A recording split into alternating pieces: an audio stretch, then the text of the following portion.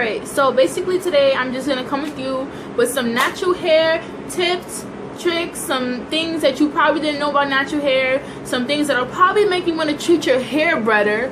And yeah, so before we start, I know you're wondering what is that on my face, and this is like the worst place ever to get a mosquito bite, but I got a mosquito bite there and it just looks terrible.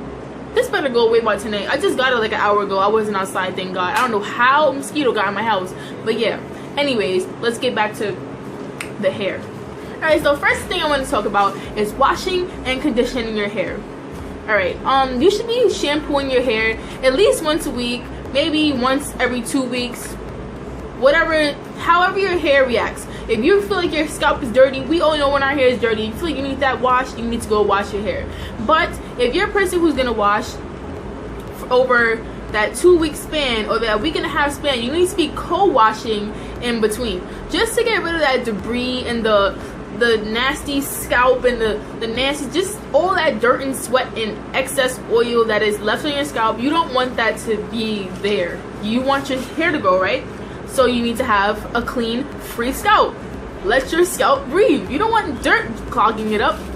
So yeah, and when you go to buy shampoo, always check the back and see if it has any harmful sulfates or just sulfates at all. We don't want shampoo with sulfates. I know you don't want to throw out any of your shampoo right now, but just next time that you buy shampoo, just make sure that it doesn't have any of these things. Like brands like Shea Moisture and any other natural hair company usually doesn't include sulfates in their shampoos. So sulfates basically they will strip your hair of all of its oil and all of its moisture, and you don't really want that. Okay, it's just not meant for natural hair. It's just not. I don't think it's meant for any hair. But yeah, so your hair, besides the oil that you put in your hair, like the argan oil and the castor oil, your hair produces its own natural oil, and the sulfates will strip it of its natural oil and make your hair dry and brittle and frizzy. So that's why sometimes you might wash your hair and you feel like, why isn't it soft and nice and fluffy and whatever? It's because of the sulfates. It's drying out your hair. So yeah, let's just invest in one without sulfates. And a tip, before shampooing your hair, if you just don't want to throw out that last old bottle of that bad sulfate shampoo, just take a little coconut oil, spread that over your hair before you shampoo it, and that will help create a shield to help protect your hair from the sulfate, so it won't dry out as much. So that's just a tip that I learned after I did some research, that coconut oil will actually help protect your hair against sulfates. So besides that, after every wash, you should definitely be conditioning. Deep conditioning at that. Deep conditioning does not mean sitting under the dryer, blah blah blah. It just means that you're giving your hair a nice, good condition. Some good products, some good love, some good attention. Give your hair that condition. So please don't over condition. Don't do it. Don't say, I just bought this new conditioner, it's about to make my hair look nice and soft, and I'm about to leave it in for overnight, or I'm about to leave it in until tomorrow. Don't do that. Please don't do that. Your hair will be weak, lifeless, dead, flat, all that. Please don't do that. Do not over condition your hair. I know it sounds like if you give your hair so much conditioner, it'll be so much better, but it really won't. After a while, after just sitting in the conditioner and being over processed, your hair will just be dead and weak, and you just don't want that, right? So yes, you should be conditioning from like 30 minutes, 15 minutes, 30 minutes, hour, 2 hours max. Don't drag it. And it's to help you get your conditioner going, help your hair absorb some of the moisture. You would just take one of these shower caps, pop it in the microwave for 15 seconds. It will just heat up the plastic some, put it over your hair, and that will like trap in the heat. And instead of sitting under the hooded dryer, you'll trap the heat in here and help your hair absorb the moisture from the conditioner. So now you don't have to invest in a hair dryer, and this is just way more easier right now. So now I want to talk about detangling.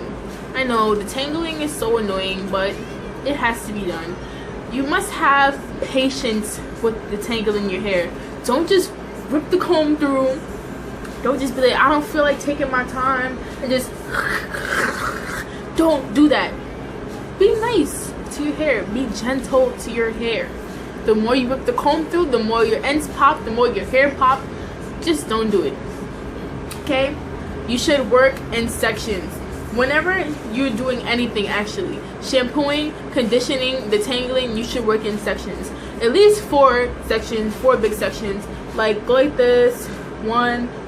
This can be 1 section. This can be 1 section, and then 2 in the back. Just make 4 big parts, right? And just work with your hair in each section to detangle it. And it actually is better though, because when you shampoo in sections or condition in sections, it helps the product get all into your hair rather than you just going like this. Gets it nice and in the crevices, I guess. Are there crevices in your... Anyways, so yeah, that will just help a little bit. And always comb from root to end. Don't ever comb from here to here. Always hold your ends, comb, and slowly work your way up. Don't just yank and yank. Don't do it. You'll pop your hair, like I said. Okay? And we want our hair to grow. We don't want it to break.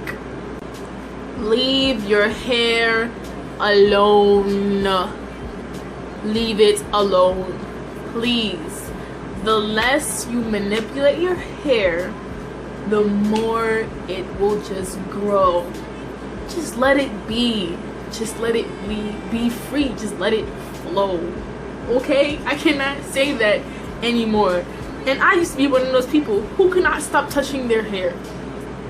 So the less manipulation, the less damage you do to your hair, the less breakage. If you're one of those people who likes to flat iron their hair because they feel like, oh my god, I'm tired of doing my bantu knots, or oh my god, I'm just tired of this afro, I'm just gonna straighten it, and boom, and just put all that heat to your hair. Just stop manipulating just stop manipulating your hair. Just stop bothering it. And that doesn't only have to do with heat. Like, just constantly combing and brushing your hair, and combing and brushing, and combing and brushing, and combing and brushing will just damage your hair. Let your hair be. Okay? Do it in the morning. Wake up, take out your twist out, take out your braid out, unwrap your sew-in, whatever you do in the morning. After that, leave it alone. Throughout the day, I'm not saying you just can't touch your hair, you're just gonna be like this all day. Like, you can go fix up your hair a little bit, but just don't be like, man, you know, yes girl, yes, do you see this? Just don't do that. Just leave your hair alone. Don't be like, girl, you gotta brush, girl, you gotta comb, girl, can I see you, can you make a ponytail? Leave your hair alone. And don't let nobody else touch your hair either. And yeah, and at bedtime, anyways, we're not gonna get there yet, but if you do have bad habits with, like, you just can't stop bothering your hair, try like keeping your hair in buns. Try braids. Get box braids. Get some long, nice poetic justice braids.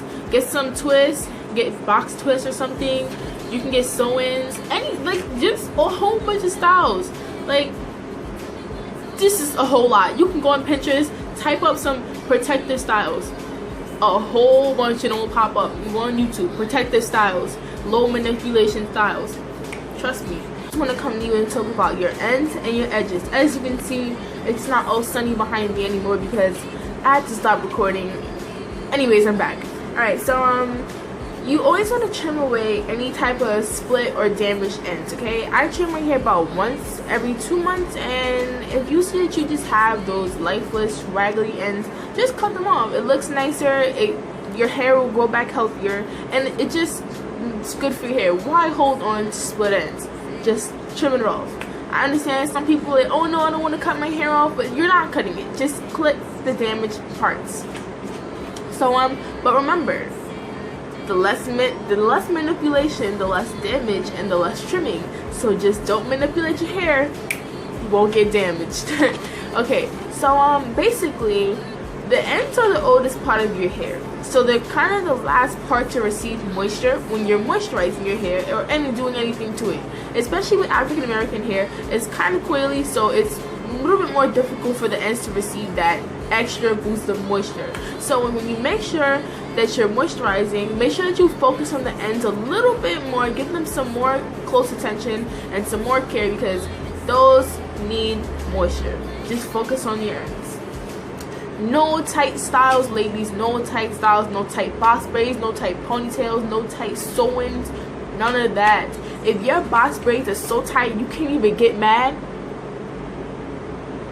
get them loosened, please. First of all, you don't want to start your hair to start breaking, and you don't want to have like no hairline. You just need your edges, and you don't want to get like tight bumps, and then the hair follicle ends up coming out of the root. And once that's gone, it's not going back. When you see that white little end on the end of the hair, I was told, I researched that hair is not coming back. So yeah, no tight styles, ladies. You getting a sew-in? There's no reason why the braids needs to be so tight. They're not gonna see it. So just add to loosen it up a little bit more, so that if you cannot make all types of facial expressions, it is too tight. Okay, no tight styles. That makes too much tension and cause too much breakage. So just save yourself, save your edges, just loosen it up. So now I'm just gonna go throw out a little bit more facts and stuff like that, maybe that you didn't know, maybe you should try. Alright, you should be oiling on a very lightly on a daily basis. Any type of oil, use your favorite oil. You can even make a mixture of oils in little tube bottles and just shake it up and grease it in your scalp each night, just to promote hair growth. Okay, when you can massage your scalp at least 2 to 3 times with the oil. Just get in there really good and just massage your scalp for about 10 minutes with the oil to get the blood flowing, and that will increase your blood flow and produce hair growth. So get the massage in. There's nothing wrong with the massage to make your hair grow. That's actually a really good way to grow your hair, I guess. So alright, I know it's summer. You're probably like, I want to go in the pool, but the chlorine is gonna strip my hair away. I don't want to be bald, girl. Well, I'm telling you this. I'm not saying that this is gonna save your hair, and I know you don't want to wear a swimming cap. So one thing that you can do is wear shea butter or cocoa butter as a coat over your hair before you jump in the pool, because it is said that this will fight against the chlorine. I'm not saying it will like literally stop all chlorine, but it will be a very big difference it will just save your hair from the damage. Okay, that's the point. And I just wanted to say, you just have to accept your texture.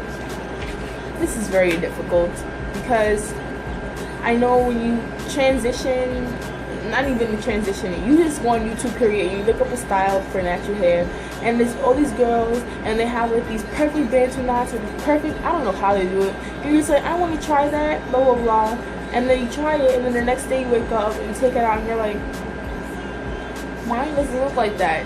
So look, you need to be able to accept that your hair is not going to look like Keisha's hair when it's done. Your hair is not going to react the same way Kayla's hair does. Okay, we all have different texture hair. Our hair all reacts to different things different ways. So you cannot look at a style and say, I want my hair to look like that, I'm going to do what she did, and expect it to come out the same exact way. It's not gonna happen. Okay, just work with your hair, accept your hair only. You will be upset, because there was so many times where I tried to do a style and I was like, you know what, I'm gonna do it, and I had school the next day, and then I'll try it, and then I'll go to school and I'll be like, oh my god, my hair. So just try styles on your day off or a day that you're not going anywhere, and if it comes out great, you can do it again the next time. So yeah, don't expect anything to come out the way you thought it was. Accept your texture, accept your hair, okay? And you cannot give up. Okay, there's always, natural hair is not easy, and if you have natural hair, transitioning, it doesn't even matter. You know what I'm talking about. It is not easy. And what I'm just trying to say is, when it gets hard, when you do have those days where your style does not come out how you thought it was going to come out, just negotiate with it. Work with your hair. Don't just give up and be like, you know what, I'm about to just go bust on the flat iron because my curls didn't come out popping. Brush it up. Do a fro hog. Add some pins or something. Make it a nice little style. Make a pin up. Add some two braids in the front. Do anything. And if you guys want me to, I will do tutorials on quick styles for natural hair. And I don't see a lot of videos for girls with my hair length and my hair texture. Anyways, But yeah, so you should really, like, don't just give up on your hair, and you need to be able to accept your hair, love your hair texture, because everybody's hair texture is different, your hair is different, and you just need to work with your hair. Your hair might like oils and butters, and then her hair might not like oils and butters. Her hair might like I don't know. We all have hair that responds to different products differently. So don't go on YouTube and thinking, hey, I'm going to buy exactly what she bought and expect it to come out the same way. With natural hair, there's always a possibility. You just need to take the chance. And I know it does get expensive buying these products, but you just need to know what works with your hair. So I hope that this YouTube video helped some people. I hope that I gave you guys some tips or some new tricks, or maybe even you didn't know, or maybe you'll just be more careful with your hair now to promote hair growth. And I'm not perfect, and I'm going to try to do these things too, because I do not do all of these things, but I'm going to try. So yeah, and I will be showing you guys some products at the end of this video. I'll put up some pictures of some stuff that I use that I mentioned in the video, and the prices in the description box below. Don't forget to subscribe and like, comment, share. Thank you guys for watching my channel.